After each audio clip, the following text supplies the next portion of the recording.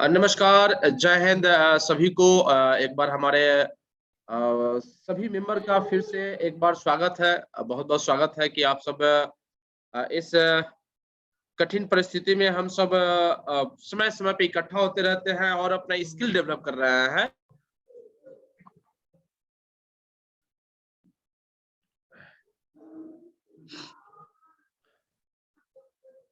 तो मैं बात कर रहा था कि हमारे बीच में जो हमारे आज के गेस्ट स्पीकर हैं, श्री अविनाश कुमार जी, वो हमेशा से अपने ख्वाब फाउंडेशन के सदस्यों को हमेशा से मोटिवेट करते रहे हैं और जहाँ कहीं भी कुछ भी दिक्कत हो, चूँकि इनका एक बहुत बड़ा वास्ट एक्सपीरियंस है कॉर्पोरेट फील्ड में और अभी एक अपने बहुत ही बेहतर प्रोजेक्ट के साथ आयुर्वेद के साथ बेतिया में बहुत बेहतर काम कर रहे हैं सामाजिक रूप से।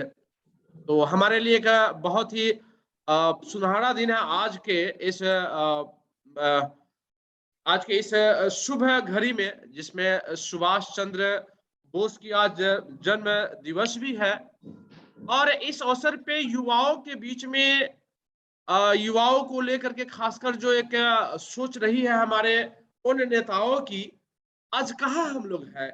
किस चीज़ की ज़रूरत है ताकि हम लोग मजबूत हो सके अपने फ़ील्ड में जो जिस फ़ील्ड में जाना चाहता है, उस फ़ील्ड में सफलता अर्जित कर सके।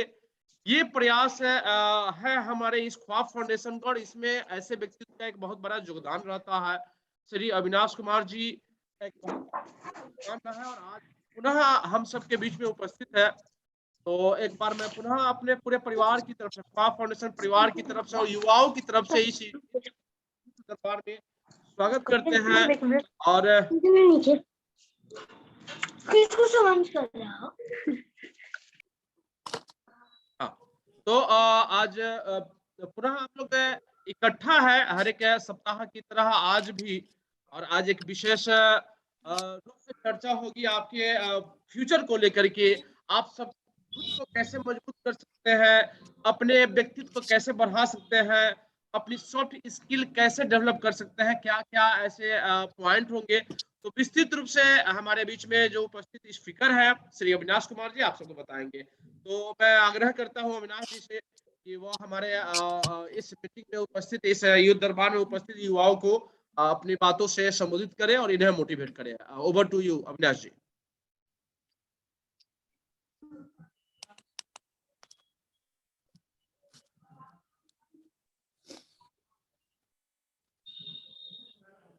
अनम्यूट कीजिए। म्यूट है सर आपका।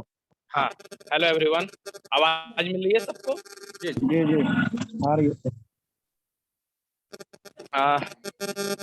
टोटल 16 पार्टिसिपेंट है। और भी पार्टिसिपेंट ज्वाइन करने वाले हैं क्या मुन्ना जी? हाँ, वो अब ठंडा में नहीं करेंगे न करेंगे, आएगा जुड़ते जाएंगे आराम से। आप हम लोग कंटिन्यू करते हैं। ओके, तो आज का विषय है कैसे हम आगे बढ़ते हैं। मेनली ये, चाहे वो किसी भी फील्ड में हो, चाहे वो प्रोफेशनल फील्ड में हो, चाहे सोशल वर्क में हो, चाहे बिजनेस में हो, चाहे कैसे भी। तो सबसे पहला कारण है कि कोई भी चीज को छोटा नहीं समझिए। कोई भी चीज छोटा मतलब कि कोई भी चीज छोटा है। जैसे मैं एक व्यक्ति के साथ काम किया हुआ हूँ, वो बिहार के वर्ल्ड बैंक की हेड रही हुई है और वो उनका फर्स्ट काम था एक रेस्टोरेंट में एज ए वेटर काम।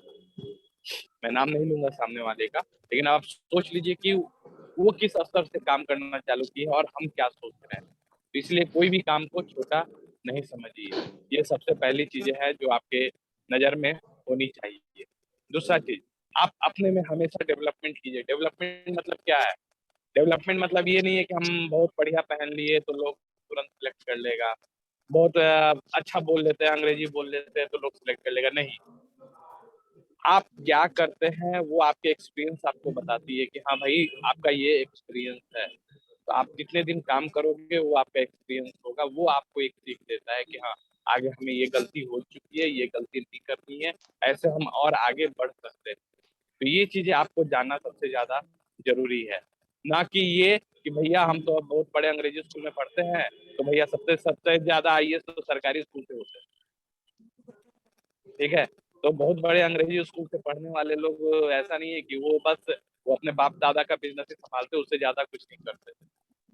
क्योंकि उनके पास पैसा रहता है, उनका बैकग्राउंड रहता है, वो उसी बिजनेस क्लास में घुस जाते हैं वापस। वो अपने से खुद कुछ नहीं करते हैं। उनके आगे पीछे सीए की टीम है, उनके आगे पीछे अकाउंटेंट की टीम है, वो काम करते हैं। वो बैठ के बस अकाउंट पे साइन करते हैं और कुछ नहीं करते हैं इसके अलावा। तो ये चीज समझिए कि हमें काम करना है। दूसरा चीज, अब आते हैं हम, सबसे पहली चीज है बिजनेस में हम कैसे, कोई भी जगह पे हम कैसे अपने को रिप्रेजेंट करें। तो सबसे पहले आप कहीं पे भी नौकरी के लिए जाते हो या कोई भी काम के लिए, तो आप खुद से नहीं जाते। कोई बताएगा कि किस किस माध्यम से हम लोग जाते हैं? मैसेज डाल सकता है। क्या सर, फिर से बोल सकते हैं?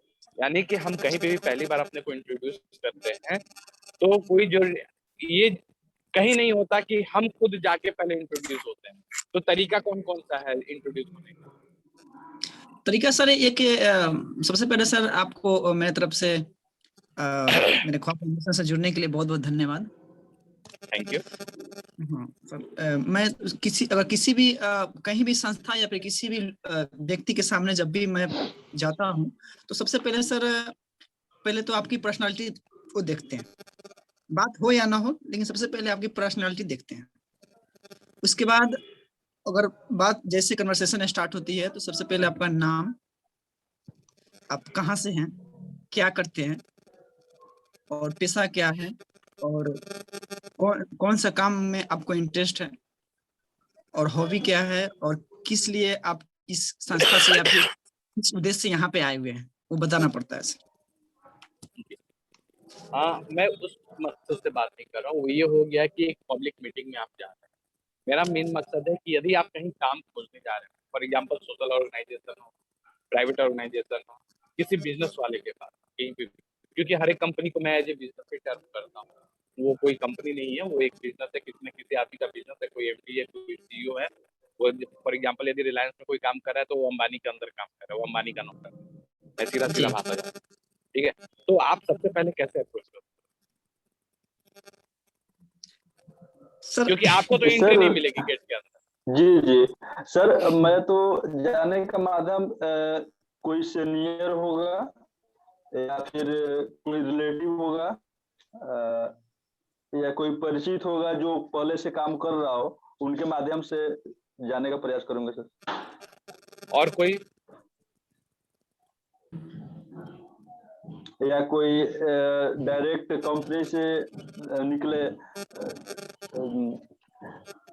उस माध्यम से भी जा सकते हैं सर। चलिए, और कोई बोलने वाले?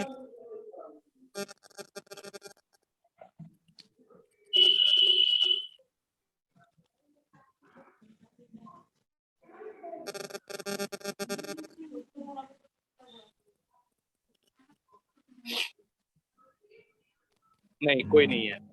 तो सबसे पहला काम है, किसी भी कंपनी में आप जॉब के लिए अप्लाई करते हो या किसी भी सोशल ऑर्गेनाइजेशन में कहीं पे, तो सबसे पहला काम होता है आपका ईमेल खोलना। यानी आप ऑफिसर्स की ईमेल खोलते हो और उस पर अपना रिज्यूम डालते हो, अपना बायोडाटा डालते हो, अपना वर्क एक्सपीरियंस डालते हो, उनको अपने बारे में बताते हो। ना कि आप खुद जाके मिलते हो या फिर आप अपने जान पहचान खोजते हो। क्योंकि आजकल लोग जो जान पहचान वाला जो बात बोले हैं विनय जी, वो बहुत हद तक सही है, लेकिन बहुत हद तक वो गलत भी है। कारण ये है कि कई बार क्या होता है कि बहुत लोग जान पहचान वाले को अपने अंदर लेना, कारण बहुत बार हम ही लोग को, कई बार हम लोग दूसरे के साथ काम किए, जान पहचान, मुन्ना जी भी जानते हैं, ठीक है। तो बहुत बार हम लोग जान पहचान वाले को लेते हैं, लेकिन वो काम नहीं करता है, वो हमारे नाम का फायदा उठाता है।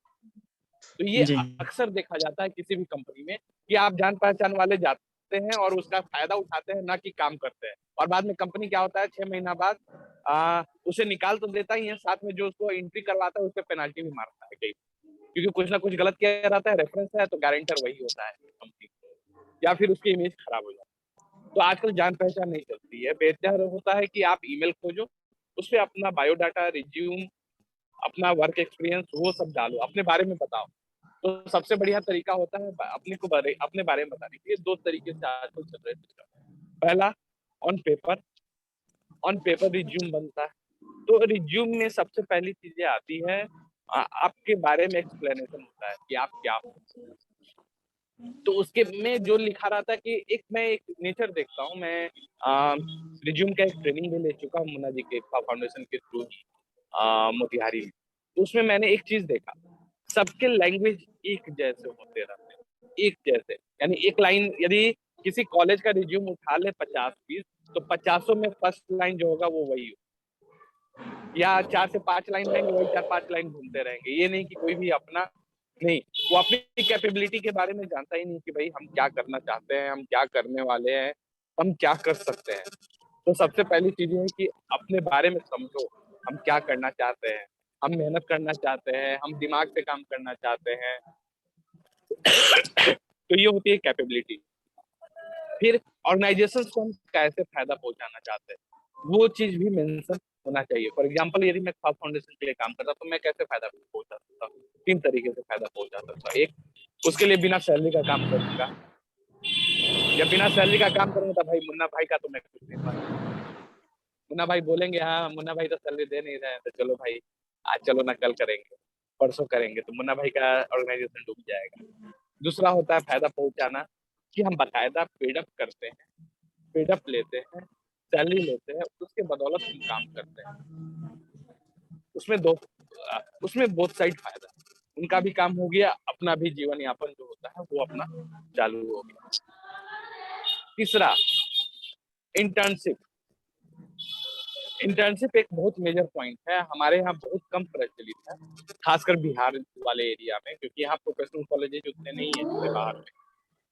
क्योंकि हम लोग देखे हुए हैं कि बाहर में जो 10th में भी रहते हैं वो भी इंटर्नशिप करते हैं, ग्रेजुएशन वाले को तो कंपलसरी है सिलेबस में, ग्रेजुएशन मास्टर डिग्री वगैरह में, लेकिन हमारे यहाँ वो चीज नहीं है। मैंने जो बताया एग्जाम्पल, वो बॉम्बे का एग्जाम्पल था, जो मैकडी में वो एज ए वेटर काम करती थी। तो वहां पे लोग पार्ट टाइम वर्क खोजते हैं। हमारे यहाँ के लड़के क्या करते हैं, सुबह में उठेंगे, साइकिल लेंगे, ट्यूशन करेंगे, फिर आएंगे, खाएंगे, खाना बनाएंगे, खिचड़ी बनाएंगे, सो जाएंगे। वो फिर बीच में गैप है, क्योंकि प्रोफेसर तो भाई दिन भर अब है नहीं, वो तो जा चुका है पढ़ाने कॉलेज में, तो दिन भर कॉलेज जी करना नहीं है, तो दिन भर इधर उधर घूमते रहेंगे यार दोस्ती में। फिर शाम को वही रूटीन, और फिर रात में आएंगे एकदम, अंडा, अभी ठंडा का मौसम है, अंडा कड़ी बनाएंगे और सो जाएंगे। तो यही काम पड़ा हुआ। आपने लोगों ने कभी ये नहीं सोचा कि भाई वो 2 घंटे, यानी 1-2 घंटा हम अपने लिए रिजर्व करें। यदि अकाउंटिंग के फील्ड में आप काम करना चाहते हैं तो किसी सीए के अंदर काम करें, सीनियर अकाउंटेंट के अंदर काम करें। कोई हॉस्पिटैलिटी मैनेजमेंट में काम करना चाहता है, यानी रेस्टोरेंट वगैरह अपना एस्टैब्लिश करना चाहता है, तो किसी रेस्टोरेंट में काम करे 2 घंटे के लिए ही सही। भाई यही एक होगा उसी ना फील्ड से वो रिलेटेड काम करें। हाँ, जिस फील्ड में आपका इंटरेस्ट हो उस फील्ड में 2 घंटे हम टाइम दे। ये नहीं कि हाँ हम बैठे हुए हैं, सोए हुए हैं, तो भाई वहां 2 घंटे का मतलब ये नहीं कि 2 घंटे है, वो बर्बाद नहीं हो रहा है, वो आपको एक्सपीरियंस, अच्छा, वो पैसा नहीं देगा। वो बंदा आपको 2 घंटे काम करवाने का कोई पैसा नहीं देगा, लेकिन हाँ आपको जो एक्सपीरियंस गेन होगा, यदि आप एज ए फ्रेशर किसी कंपनी में जाओगे और एक आप सीखे हुए जाओगे, तो दोनों में बहुत ज्यादा का अंतर फर्क होता है रहेगा। सर। जी क्योंकि फॉर एग्जांपल बताता हूँ मैं, हॉस्पिटैलिटी मैनेजमेंट में 2 सेक्टर आता है, होटल, टूरिज्म, ये 2 चीज। तो होटल में रेस्टोरेंट भी आता है और लॉजिंग होटल भी आता है। यदि आप उसमें जाते हो तो आप 10 तरह के कस्टमर से मिलते हो, 10 तरह की लाइनअप होती है, बहुत सारे बात होते हैं, तो वो भी कई बार पर्सनालिटीज को देखते हैं। ऐसा नहीं है, बहुत बार क्या होता है कि आप किसी बिजनेस हाउस के लिए काम करोगे ना, तो कंपनी वाले आपसे मिलते हैं, हमेशा मार्केट में मिलेंगे, हमेशा कुछ ना कुछ खोजेंगे कि भाई सामने वाला कर क्या रहा है।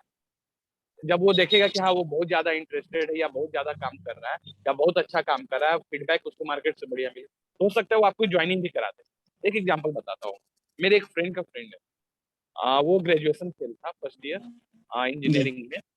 आ, उसने जॉब पकड़ी इंडिया मार्ट, हाँ इंडिया मार्ट, हाँ इंडिया मार्ट में जॉब पकड़ी first year. Munna ji IT sector का ही, उसने एक सॉफ्टवेयर बनाया ऑटोमाइजेशन का, जो अभी भी इंडिया मार्ट में काम करता है, ठीक है। वो ऑटोमाइजेशन का सॉफ्टवेयर बनाया, और उसकी सैलरी फर्स्ट ईयर फेल होने के बावजूद उसकी सैलरी 60-70 हजार रुपये होती। आखिर अच्छा काम क्या किया, उसका एक्सपीरियंस काम किया, ना कि उसकी डिग्री काम। तो बेहतर जी है कि हम डिग्री का पीछा छोड़ें आज के समय में, क्योंकि वैसे भी क्लासेस चल नहीं रही, कोविड के कारण हमेशा सरकार को कोई ना कोई बहाना देखने दे, भले अपना इलेक्शन वगैरह अपना चल रहा है वो अलग चीज है, लेकिन क्लासेस सस्पेंड, बाजार चल रही है, कोई दिक्कत है ना। तो अब जरूरत है कि हम अपने में एक स्किल सेट अलग अलग डेवलप करें, ये सबसे बड़ी जरूरत है आज के की, ना कि हम बैठे हुए हैं और सोच रहे हैं कि हाँ भाई सरकारी वैकेंसी आएगी और हम ज्वाइन करेंगे। क्योंकि आने वाले दिन में एक चीज याद रख लो कि सिर्फ सरकार को छोड़ के और आर्मी को छोड़ के बाकी सारी चीजें प्राइवेटाइज हो जाएगी, बाकी सारी चीजें प्राइवेटाइज हो जाएगी, ये समय की मांग है। कारण इसलिए क्योंकि सरकारी दफ्तर में बैठा हुआ चपरासी 60,000 रुपए सैलरी लेता है, तो भाई सरकार उस कंपनी को चलाएगी कहाँ से, जबकि चपरासी किसी प्राइवेट कंपनी में 10 से 15,000 में मिल जाएगा। तो ये सारी कारण है जो कॉस्ट कटिंग सरकार देख रही है, क्योंकि सरकार अब देखना चालू कर दी, पहले सरकारें नहीं देखती थी भाई 60,000 में मेरा चपरासी कट रहा है, अब वो आदमी खाली बैठा हुआ, अब वो चीज नहीं है। अब इम्प्लॉय कम होते जाएगा, प्रेशर ज्यादा होगा सरकारी कंपनीज में, और अब जॉब कटिंग, आपकी सैलरी धीरे धीरे परफॉर्मेंस बेस्ड एनालिसिस होगी, सारी चीजें होगी जैसे कॉर्पोरेट में होती थी। कारण है कि अब सरकारी कंपनी सरकारी नहीं रही, कुछ एक टेक्निकल फील्ड्स हैं बस वहां सिर्फ सरकारीकरण रहेगा। कारण है कि सरकार टोटली फ्री हैंड नहीं देगी। तो यदि आप सोच रहे हैं कि हम रेलवे में जॉब कर रहे हैं तो ये भूल जाओ, आने वाले दिन में आप इवन बैंकिंग वाले जो बैंकिंग की तैयारी कर रहे हैं, आप कभी IBPS का एग्रीमेंट निकाल कर देखो, आप जो सिग्नेचर करते हो या जो IBPS का वैकेंसी निकलता है उसमें 5 इयर्स कॉन्ट्रेक्चुअल जॉब है जी। यदि कोई बैंकिंग की तैयारी कर रहा है, उस पर क्लियरली मेंशन है कि आप 5 इयर्स कॉन्ट्रेक्चुअल आप हायरिंग हो रही है, उसके बाद एग्रीमेंट कर करके आपको कॉन्ट्रैक्ट आपका आगे बढ़ाया जाएगा, यानी कि आप कहीं भी परमानेंट एम्प्लॉय नहीं है। सेम चीजें हर एक सेक्टर में होती जाएंगी। डिफेंस सेक्टर एक था जो टोटली प्राइवेट गवर्नमेंट के हाथ में था, अब डिफेंस सेक्टर भी धीरे धीरे प्राइवेट कंपनी के हाथ में चली जाएगी। कारण है जो सरकारी कंपनी में बैठे हुए थे उनमें लाल फीताशाही मतलब कि भैया हमको काम करना है तो भैया पहले एक्सपेंस का डिटेल देंगे, ये देंगे वो देंगे, फिर ऊपर से जाएगा, फिर वो ऊपर फॉरवर्ड करेगा, फिर वो ऊपर करते करते मालूम चला कि इस साल प्रोजेक्ट कंप्लीट करना है तो वो 5 साल बाद हो।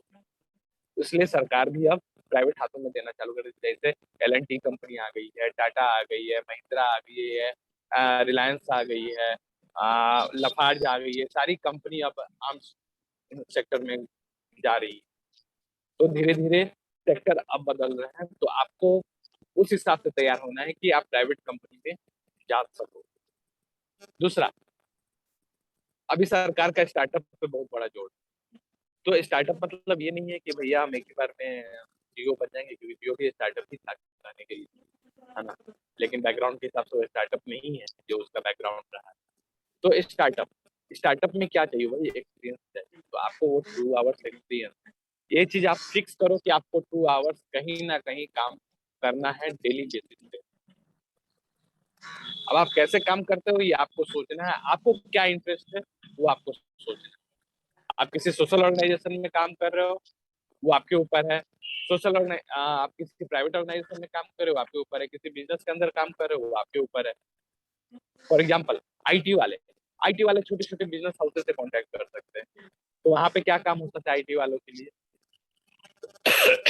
शुरुआत में फ्री वेबसाइट हम बना के देंगे, ज्यादा का नहीं, 2 से 3 पेज का, सिर्फ डोमेन चार्ज लेंगे, ब्लॉगर या वर्डप्रेस के थ्रू हम उसका वेबसाइट बना के देंगे, आपकी कोडिंग अपने आप क्लियर होती जाएगी, आपकी जो कोडिंग एक्सपीरियंस है वो आपका खुद ब खुद क्लियर होते जाएगा। सामने वाले को भी एक सर्विस मिला फ्री में, तो आपका बना कॉन्टैक्ट, तो आगे आने वाले समय में हो सकता है आप उसे सर्विस चार्ज ले सकते हो। तो ये बिजनेस भी आपका बढ़ा, आपके कॉन्टैक्ट्स भी बढ़े और आपकी एबिलिटी भी, आपकी एक्सपीरियंस भी बढ़ रहे। आइए जो अकाउंट्स का काम कर रहा है, मोतिहारी में मेरे एक फ्रेंड है, वो क्लास 10 से ही अकाउंट का काम कर रहा है वहाँ के एक CA के अंदर। तो अकाउंट्स वाले के लिए जरूरत है कि किसी भी CA या सीनियर अकाउंटेंट के अंदर आप काम करना चालू कीजिए। आप बैठिए मत, आप ये मत सोचिए कि नौकरी हम तैयारी कर रहे हैं बैंकिंग का तो बैंकिंग में हो ही जाएगा, इसको फॉर ग्रांटेड लेके नहीं चलिए, नहीं तो बुढ़ापा आ जाएगा, आपकी शादी का समय निकल जाएगा तो मालूम चला भाई लाठी लेके दौड़ रहे हैं रोज। ठीक है, तो आप किसी अकाउंटेंट के अंदर काम करना चालू कीजिए। दूसरा, जो हॉस्पिटैलिटी में जाना चाहते हैं वो किसी रेस्टोरेंट को पकड़िए। आजकल ब्रांडेड रेस्टोरेंट हर एक जगह खुल चुके हैं। पहले की तरह बात नहीं है कि भैया छोटा मोटा रेस्टोरेंट, हर एक जो छोटे मोटे रेस्टोरेंट भी अब आज के समय में प्रोफेशनल होते जा रहा है, उनका रंगत सारा चीज बदल रहा है। तो आप वहां पे ट्राई कीजिए कि भैया 2 घंटे ही काम करेंगे या 1 घंटे ही काम करेंगे, फ्री में काम करेंगे। तो जी या आपको जो मन में आया आप दे देना, आपको खाना ही खिलाना, आपका तो एक टाइम का खाना फ्री हो जाएगा। तो इस तरह से उससे तय कीजिए। अब आइए, अकाउंटेंट हो गया, आईटी हो गया, फिर आपको जो लॉ की तैयारी करना चाहते हैं, किसी वकील के साथ मिलिए, वकील के साथ बैठिए, उसका लीगल एग्रीमेंट ड्राफ्ट कीजिए।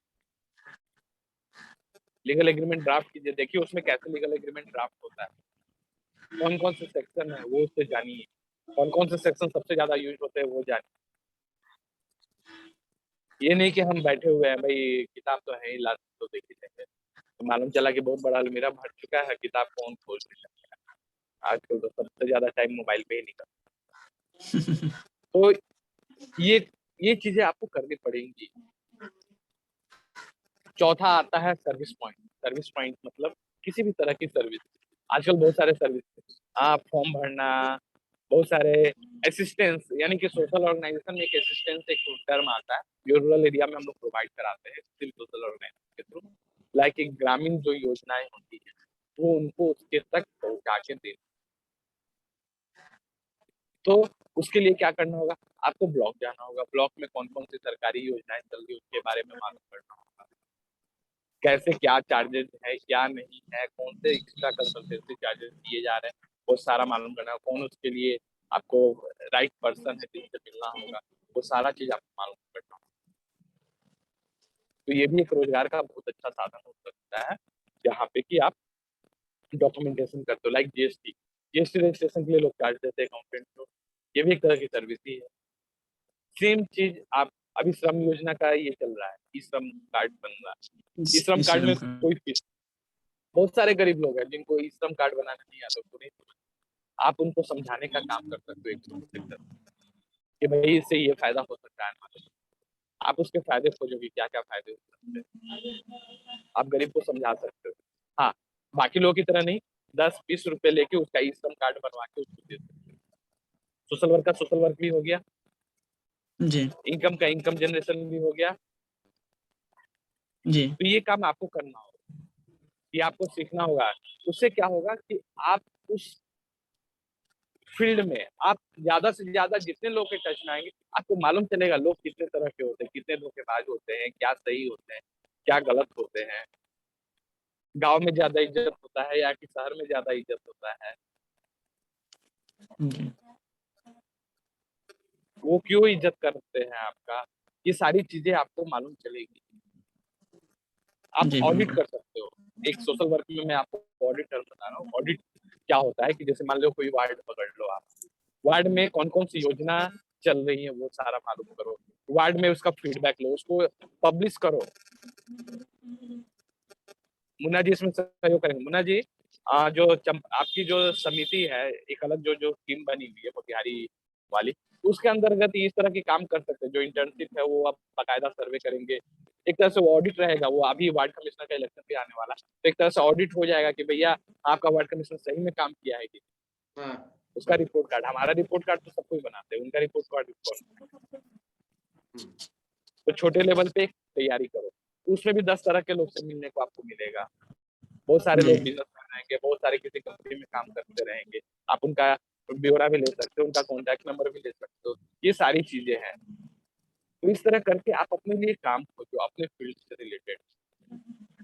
लड़कियां क्या कर सकती है, एक एग्जाम्पल, बहुत लड़कियों का मन होता है आपको फैशन डिजाइनिंग, तो आप भाई किसी टेलर के साथ क्यों नहीं काम कर सकते। आप उनसे बेसिक जब तक आप नहीं सीखोगे कि सिलाई का धागा कैसे चलना चाहिए, तब तक आप आगे कैसे बढ़ सकते। कोई ब्यूटिशियन बनना चाहता है तो भाई आपको मेहंदी छापने भी तो आना चाहिए, आप मेहंदी छापने का 2 घंटा काम करो ना फ्री। जी आपके अगल बगल में बहुत सारे लेडीज होंगे तो वो मेहंदी छापने का काम करें, या बहुत सारे दुकान है जो किराना वगैरह की दुकान है जो मेहंदी बेचते हैं, आप उनसे टाई अप करो क्या भैया हम आपका मेहंदी फ्री में छापेंगे, आप क्या कोई भी लेडीज कस्टमर आएगी तो ये अप्रोच है बिजनेस का। इस तरह से आप आगे बढ़ सकते हो। तो पहला चीज आता है रिज्यूम। तो रिज्यूम के थ्रू हम अप्रोच करते हैं किसी भी कंपनी के, किसी भी फर्म पे। तो पहली चीज है, जब आप किसी भी बिजनेस, मान लीजिए हम मैगडी में जा रहे हैं, तो भाई पहले तो रिज्यूम देंगे ना भैया कि हम ये है और ये करना चाहते हैं, या जी बिल्कुल। इंटर्नशिप करना चाहते हैं आपके अंतर्गत, या कुछ भी करना चाहते हैं, उसका एक रिव्यू देंगे। ये हो गया फर्स्ट पॉइंट। सेकेंड, उसके बाद आता है इंटरव्यू। इंटरव्यू में कुछ भी पूछा जा सकता है। कई बार तो मैंने इंटरव्यू देखा है कि भैया ये भी पूछा जाता है कि भैया आपको खाना बनाने आता है क्या? आप रहोगे आईटी सेक्टर के, पूछा जाएगा आपको खाना बनाने आता है।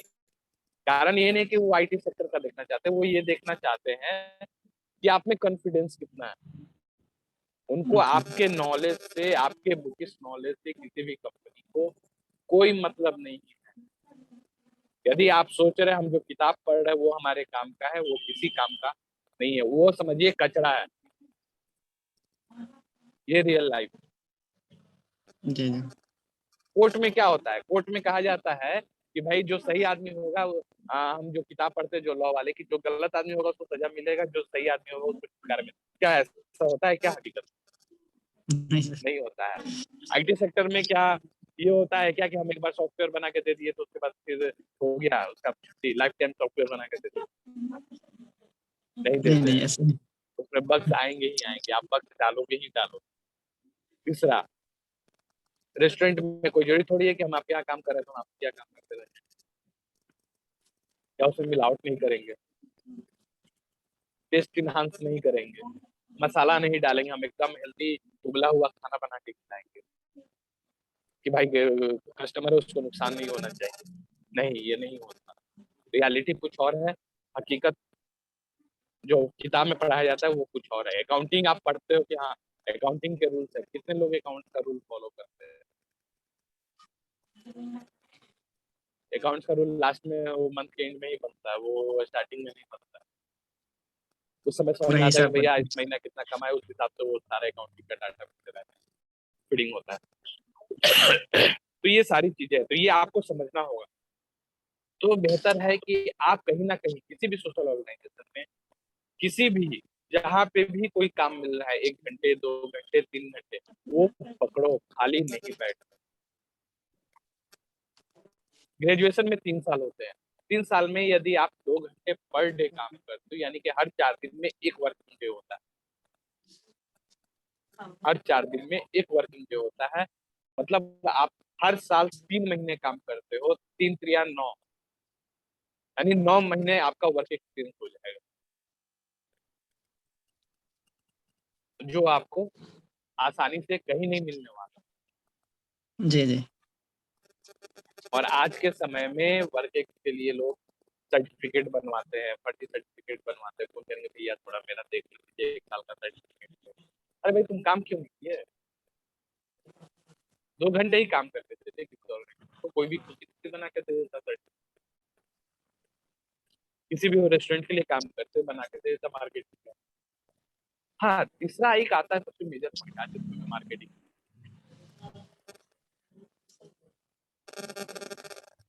हेलो। हाँ हेलो सर, सुन रहे हैं। हाँ, आज के समय में आता है मार्केटिंग। तो मार्केटिंग एक सबसे फर्स्ट पॉइंट है जो आपको करनी पड़ेगी। आपको खुद की मार्केटिंग खुद से करनी पड़ेगी। रिज्यूमे उसका फर्स्ट पार्ट है। आपको मार्केटिंग में ये नहीं मतलब नहीं है कि भैया हम हाफ पॉइंट में चले गए तो भैया रिज्यूमे बहुत अच्छा है तो हमारा सिलेक्शन हो जाएगा। नहीं, आपको उस हिसाब से गेटअप बना के भी जाना पड़ेगा। हाँ, अमेरिकन कंपनी रहेगी तो हाफ पॉइंट में चलेगी, ऐसा नहीं। मैं अमेरिकन फर्म में काम किया हुआ, बिहार बेस्ड की कंपनी, ठीक है, लेकिन सारे चूंकि अमेरिका से ही वो चालू होते हैं, सरकारी होती है, तो हाफ पॉइंट में भी जाइएगा तो कोई फर्क नहीं पड़ेगा। या बहुत कम लोग होते हैं, रेयर केस होता है कि हाँ पॉइंट लीजिएगा तो मिल जाएगा। तो उस समय आपकी पर्सनालिटी काम करती है, आपका बात करने का तरीका काम करता है, आपका कॉन्फिडेंस लेवल चाहिए। लेकिन मैटर वही करता है आपका रिज्यूमे। रिज्यूमे हमेशा अलग दिखना चाहिए, कॉपी नहीं। ऑनलाइन सर्च कीजिएगा 100 तरह के रिज्यूम बायोडाटा, आप उसको सर्च कीजिए, उसको बनाने का तरीका देखिए, उसमें कोई चीज छुपाइए मत। हाँ, आप कोई चीज छुपाइए मत। यदि आप छुपा रहे हैं तो उसको यदि आप कोई चीज गलत है, फॉर एग्जाम्पल बहुत सारे लड़के जो फेल होते हैं, फेल होना कोई बहुत बड़ी बात नहीं है। आप तो रोड पे चलते तो गड्ढे में गिर जाते, तो वो भी तो फेल ही हो गया। तो इसके मतलब ये नहीं हो कि आप जिंदगी में हार गए। ठीक है, तो फेल होना एक सीख देता है कि भैया आपने ये गलती की, उसके कारण आप फेल हुए। दूसरा, फेल होने का कारण ये भी हो सकता है कि आपकी तबीयत खराब। फेल होने का ये भी कारण हो सकता है कि भैया जो कॉपी चेक किया वो सही तरीके से नहीं किया हो। तो बहुत सारे कारण होते हैं। तो वो आपके फेल यदि आप पे लग गया तो इसका मतलब ये नहीं कि आप फेल है। आप अपने एक्सपीरियंस से बदलो, तो उस फेल को कंफर्मेशन में आप बदल सकते हैं। ठीक है, तो वो फेल है तो उसको यदि रिज्यूम में मान लो हम फेल है किसी साल में, मान लो 3 साल का डिग्री है, 4 साल में कंप्लीट हो, तो उसको काउंटर करना सीखो कि भैया वो फेल है तो भैया हमने फेल किया, ठीक है, मान लिया, मैंने एक्सेप्ट किया कि मेरी गलती थी कि मैंने पढ़ाई कम की, लेकिन मैंने जो 1 साल फेल किया तो उस साल मैंने पढ़ाई के साथ साथ यहाँ नौकरी भी की। सही बात। पढ़ाई के साथ साथ वहां नौकरी भी की, तो आपका फेल्योर सारा वहीं पे खत्म। क्योंकि उसको क्या मिला, लड़का एक्सपीरियंस मिला, वो अपनी गलती एक्सेप्ट कर रहा है। दूसरा, उसको एक्सपीरियंस बंदा मिला जो प्रेशर में नहीं मिलता है। Yes, sir. अरे हमारे यहाँ तो बिहार यूनिवर्सिटी में सबसे बड़ा फायदेमंद चीज ये है, बिहार यूनिवर्सिटी से बाहर के लोग भी है क्या? जी, हाँ, तो कहाँ कहाँ के यूनिवर्सिटी के लोग हैं? असल मैं यूनिवर्सिटी ऑफ दिल्ली से हूँ, मतलब वहां से मैं ग्रेजुएशन किया हूँ। अच्छा, हेलो जी जी हेलो, सर। हाँ बोलिए, सुन रहे हाँ बोलिए। मैं मुजफ्फरपुर ठीक है, यूनिवर्सिटी से हूँ सर। अभी नालंदा यूनिवर्सिटी से पीजी कर रहा हूँ, नालंदा ओपन। ओके, आपसे मुलाकात हो चुकी है रिज्यूमे वाली डेट, बोलू, आई होप सो। हैं। आप आईटी से हो ना? जी नहीं, हाँ,